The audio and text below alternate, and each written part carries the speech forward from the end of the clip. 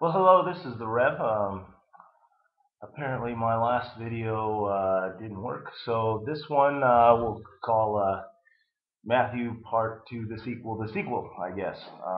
What we're trying to do is to go over some things from our last lesson, talking about Jesus' origins, but to cover maybe some of the things that perhaps are a bit more controversial. Um, what we have is we have a statement where the author of Matthew says that Jesus was born of a virgin, and that being born of a virgin fulfills a prophecy in Isaiah that says the virgin shall be with child and shall bear a son, and you shall call his name Emmanuel. Now, again, like I pointed out before, it's important that we look at the context of this. We need to look at what Matthew's doing, what Matthew's saying, and how the people that were listening would have heard it.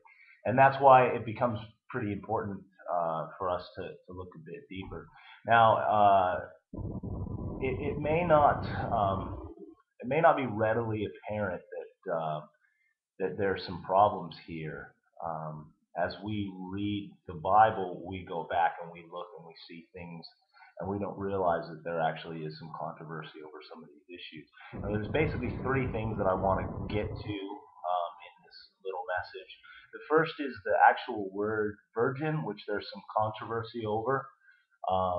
The second uh, is the way in which Matthew uses um, prophecy, which would seem to contradict the evangelical notion of hermeneutics. And the third thing would be just um, the ability for Jesus to be Emmanuel and what that means or what it could mean.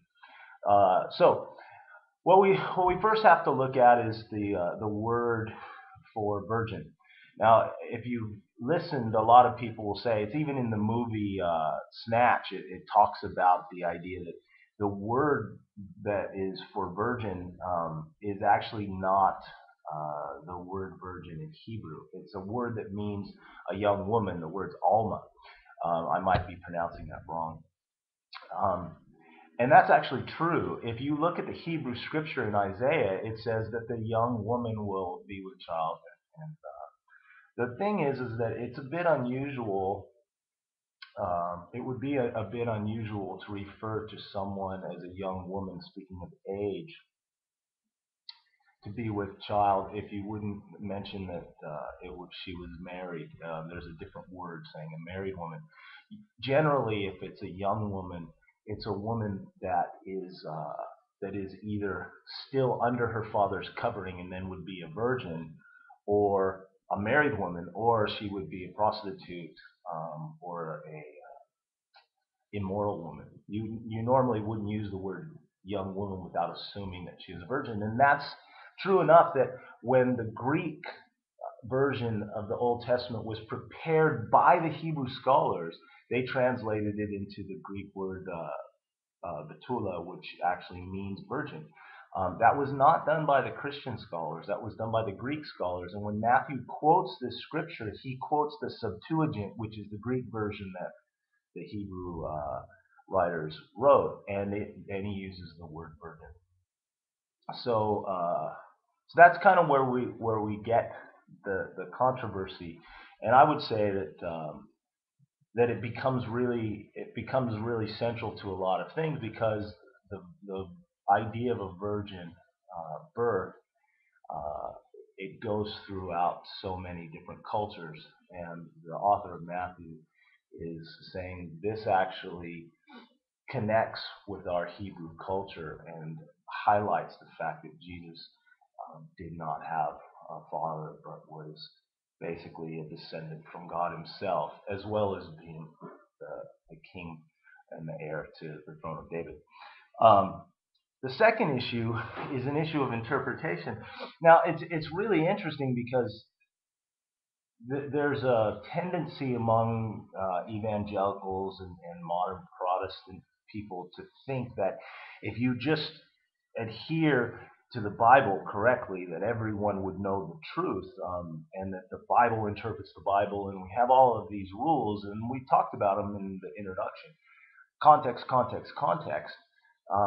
And if you follow proper hermeneutics, then you'll come to the truth. The only issue is um, Matthew actually doesn't use proper hermeneutics here, because the scripture that he quotes in Isaiah actually didn't apply in the future to Jesus. Isaiah is talking to King Ahaz about the threat of Syria, and he says to King Ahaz, or the nation, that the that a woman, a young woman, a virgin, will be with child and will bear a son, and that they will call his name Emmanuel. Now, I'm going to talk a little bit more about what that would mean in that situation. But what we have is in the Hebrew scholarship is that scripture being fulfilled actually in its context and in its time. That King Ahaz gives birth to Hezekiah, which continues the line of David, which would have been seen as a continuing of God's blessing upon the nation, and that it was God's sign that that Syria would be defeated. But King Ahaz doesn't actually, he still has doubts, and he doesn't believe God, and it winds up being a big disaster for him. But again, what I'm saying is Matthew actually comes in and he interprets this Old Testament scripture, and as one of my friends likes to call it, he backward reads into scripture. He looks at scripture and sees Jesus where the Hebrew scholars wouldn't see Jesus, because contextually, in its context, that passage didn't actually mean what Matthew says it means.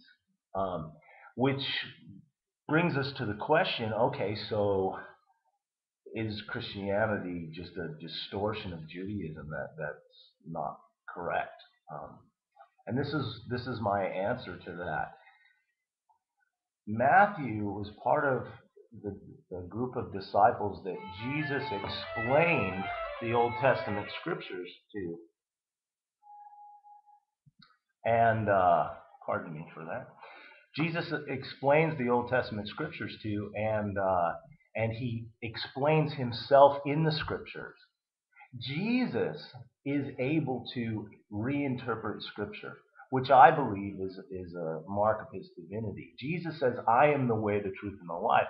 And Matthew comes from that group where Jesus reinterprets the scripture and says that contextually, this scripture can be brought forward into the future and also speaks of me as well, which I think is a mark of his divinity. It's part of what Jesus will say in the future, where he says, I am the perfection of the scriptures.